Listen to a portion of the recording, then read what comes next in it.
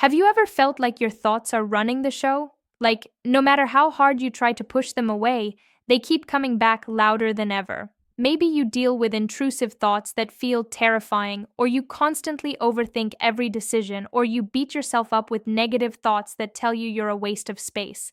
These thoughts can feel really overwhelming and can seem to stop you from moving forward in your life, or from being happy, or doing your work, or building relationships. So if that sounds like you, then let me teach you an exercise that can help you break free from struggling with intrusive thoughts or overthinking. It's called the passengers on the bus metaphor from acceptance and commitment therapy. This metaphor was developed by Stephen Hayes, the founder of ACT, and it offers a simple but powerful shift. You are not your thoughts, you are the driver of your life. So imagine you're a bus driver. Everybody hold on. The metaphor. You are the driver. This bus represents your life, and you get to decide where to go. Your job is to steer the bus toward your values. These are things like love, connection, growth, or purpose. But here's the catch. Just like your mind, your bus isn't empty. It's packed with passengers, and these passengers are your thoughts. They're your emotions, and they're your memories. Sometimes passengers get on, and sometimes passengers get off, right? Some of these passengers are friendly and encouraging. They say things like, "Thanks for picking me up. You're a great driver," right? Or you have thoughts like, "I'm really grateful to have supportive friends and family," or "I'm getting better at things that used to be hard for me." But other thoughts are loud or critical or annoying or even threatening. They might yell things at you like, "You're a terrible driver. This is too scary. Turn back. You're never ever going to make it, so why even try?" Common intrusive thoughts include things like, "What if I lose control and hurt someone? Did I say something offensive? What if my partner secretly doesn't love me? What if I'm a bad person?" Okay, let's imagine an example. Let's use Sarah. Sarah struggles with social anxiety. She values connection and meaningful friendships. But every time she thinks about going to a social event, passengers on her bus start yelling, "You're going to embarrass yourself. People will think you're awkward. You should just stay home where you're safe." Now, in the past, Sarah listened to these passengers. She would cancel plans last minute. She would avoid meeting new people. She would distract herself with her phone. But this avoidance made her feel isolated, disconnected, and regretful. Now these thoughts can feel so real that they pull you off course. The passengers might demand that you stop the bus, that you take a detour, or even that you let them drive. These thoughts try to convince you that they're in control. But here's the power. They don't actually have the power to steer. Only you do, okay? Now, on the other hand, sometimes we listen to these thoughts, we believe them, and we let them tell us what to do. But a lot of us also react to intrusive thoughts not by listening to them, but by fighting them. So does your bus driver self ever argue with the passengers to try to prove them wrong? You might try anything to get rid of these thoughts, these passengers. You might yell at them and try and throw them off the bus. But to do that, you have to get up from your driver's seat and move away from driving in the direction you want to go. You might stop driving just to appease them, but the problem is the more you argue with these kinds of thoughts, the louder they get. For example, imagine a passenger might say, "Oh, you're a terrible person." And if you start arguing, "No, I'm not. I do good things," the passenger will probably remind you, "Oh yeah? What about how you screwed up that thing at work yesterday?" And guess what? You're now sucked into a power struggle with your own mind. The more you fight the thought, the more power it has to hold you back. When we fight our thoughts, we usually lose track of where we were going in the first place. When we spend a lot of time trying to argue with our thoughts, then it generally doesn't help us live that rich, meaningful, purposeful life that we're trying to work towards with our day-to-day actions. Okay? So fighting with thoughts is just as harmful as listening to them. Oh gosh. Okay. So you might wonder, but what if my thoughts are dangerous, right? Just like with this bus. What if the passengers attack me if I don't listen to them? Shouldn't I force them off the bus? Okay. This is where we often stall out with intrusive thoughts. They seem so frightening that we get stuck trying to control them, or even worse, we get stuck avoiding them. Okay. So intrusive thoughts like, "Oh my gosh, what if my partner doesn't love me. This is terrifying to me. Like, I have to check with them over and over and over again. Or you might have an intrusive thought like, what have I hurt my baby? This is a really common intrusive thought that comes after moms have babies. Now, the truth is, unlike actual passengers in a bus, our thoughts cannot hurt us. So, the goal of this exercise is to help us build up the skills to notice the thoughts and just say, thank you, brain, for coming up with another thought. That one's not helpful, right? So, in acceptance commitment therapy, this is called diffusion, getting unstuck from thoughts instead of fighting them. Trying to get rid of uncomfortable thoughts, feelings often leads to us spinning our wheels, getting distracted, getting out of our driver's seat, and getting quite stuck. So, Sarah, for example, with the social anxiety, Sarah would spend a lot of time trying to force herself to feel confident. Yeah, I have to be confident. Well, what if I'm not confident enough? Well, I'm fine, it'll be great. Everyone's going to like me. But what about Bob? I'm not sure he likes you, right? She tried to force herself to think and feel confident before going to the party, and if she couldn't change her thinking, which sometimes happened, she wouldn't go to the party. Now, if you're busy arguing with your thoughts or debating with your thoughts or listening to your thoughts, you might stop making decisions. You might avoid risks. You might withdraw from relationships or just give up on the things that matter to you to keep the passengers quiet. So they're like, hey, don't go that way. That might be dangerous. You're going the wrong direction. What if something bad happens? And you're like, fine, I'm going to park my bus. I'm going to stop going the way I wanted to go. I'm just going to look at Netflix all day and try not to be bothered by my thoughts, right? But by doing that, you're letting those intrusive thoughts or negative thoughts decide what you do with your life.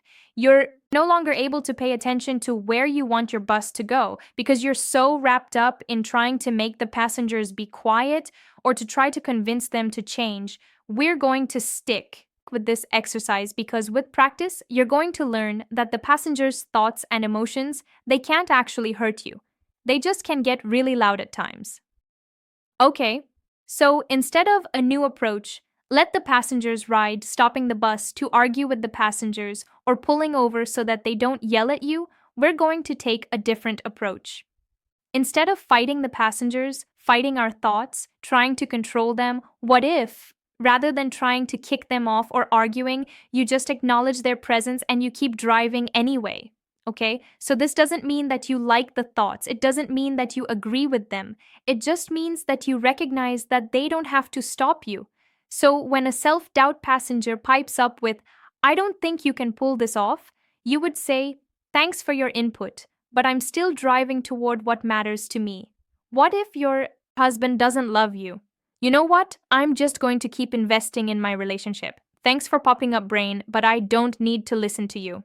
Okay. Some of these passengers might always be on your bus. That's okay. You don't need them to leave before you can move forward. The goal isn't to get rid of them, it's to drive toward your values, and that's where a lot of times we get distracted. You have to pull the bus over, stop going where you want to go, and spend all your energy trying to get rid of them, or you can choose, you know what, I'm just going to keep working toward building up my relationships, right? So here's how you can use this metaphor in your own life to manage intrusive thoughts, negative thoughts, really loud overthinking, identify your passengers' thoughts, right? Step number 1, identify your passengers. So take a minute. If you're struggling with negative or intrusive thoughts, take a moment to write down some of the thoughts, emotions, or memories that tend to show up and derail you. What do they say? What do they try to convince you of? They might say things like, no one likes you. You're never good enough. You shouldn't try. Name and externalize the passengers. You might fail, right? Okay. Step 2, we're going to name and externalize the passengers.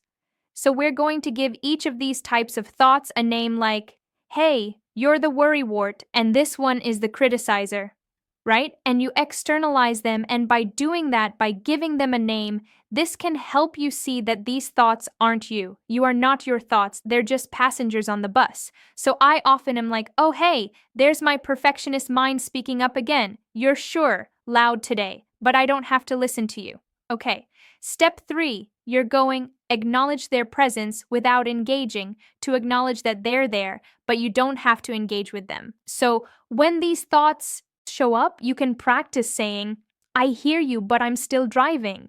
You notice them, but you don't argue with them. Honestly, this is a skill like the physical skill of driving, while people say stuff is like how you actually get anywhere in a car as a parent. You're like, okay, my kids are saying all kinds of things. I'm just going to focus on driving. When your thoughts are really persistent, you can imagine creating a little bit of space for them by imagining them sitting in the back of the bus rather than shouting from the front. Or you could just try speaking to your thoughts by saying something like, wow, self-doubt, you're really loud today. Looks like you need to go to the back of the bus. But even if they don't listen to you, it doesn't matter because you're driving the bus. Over time, as you move toward your values, you'll probably find that some passengers quiet down or that you simply don't pay as much attention. Keep your hands on the wheel to them. Step 4. This is the most important part. You keep your hands on the wheel, right? You remind yourself where you want to go. What do you actually care about? What are your values? What kind of life do you want to create? Values are not the same as a destination. So destination might be an actual concrete goal, like I want to get married, but the value is I value connection, I value closeness, I value commitment, right? So for example, I value speaking up for my beliefs, I value serving and loving others, I value hard work. Values are about knowing what direction you're going in. I am traveling north. Now sometimes people wonder, but what if I still have intrusive thoughts when I'm traveling north? What if the passengers keep yelling at me to turn around? What if my thoughts keep questioning my abilities? Shouldn't they be quieter? Here's my answer. They don't matter. They're not the ones driving. Thoughts may seem to threaten you or others, but as you practice diffusion, as you practice this act skill of noticing your thoughts without listening to them or believing them or fighting with them, you'll learn that thoughts can't actually hurt you. When you focus your energy and attention on what you can control, they just won't matter as much. They'll probably quiet down, so no matter how loud the thoughts get, you keep driving in the direction that aligns with your goals. Okay, so back to Sarah. One day, Sarah, here's an example, decides to handle things differently. She reminds herself, I'm the driver of this bus. My values, not my fears, decide where to go. Her value is connection, and that means showing up even if it's uncomfortable. So she goes to the party, and the anxious passengers are still there. They whisper, you're saying the wrong thing, just leave. But instead of arguing or trying to push them off, Sarah acknowledges them, I hear you, but I don't have to listen to you or fight you. I'm choosing connection. So she stays. She engages in small talk. She even enjoys herself, and over time she realizes something. The more she drives toward her values, the less power the passengers have. They might come, they might go. Sometimes they're loud. Generally, they're quieter. And most importantly, they don't get to steer anymore. She starts to build better and deeper friendships, and she starts to feel more comfortable being around people. Sometimes those passengers still yell at her. Oh my gosh, I can't believe you said that yesterday. Right? But she just doesn't listen to them as much. This is how the passengers on the bus exercise can help with social anxiety. You don't have to silence the fear. You just have to keep driving towards what matters. And really, the way our brains work is when we behaviorally act in a courageous way, it teaches our brain we don't have to be so scared and anxious anymore. Okay, final thoughts. Maybe instead of anxiety, your summary struggling with negative self-talk or emotion regulation or setting healthy boundaries. I have posted a lot of videos about those topics, but I really like the passengers on the bus metaphor as a tool for improving any of those things. Because when you see yourself as the driver, it's a really powerful way to shift your relationship with your thoughts and feelings. You really can coexist with those thoughts and those emotions or those physical sensations without letting them take control, and this is the essence of psychological flexibility. You don't have to control all your thoughts to live a full and meaningful life. You just have to keep driving in the direction that matters to you. Okay, if this video was helpful for you and you'd like to get more tools for your mental health, you could sign up for my newsletter.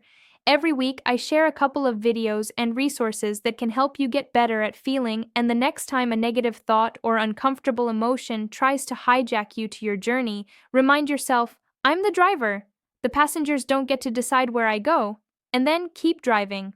Okay, thanks for watching and take care. Hey, if you found any part of this video helpful, I'd really appreciate it if you could give it a thumbs up or comment below what you found was helpful.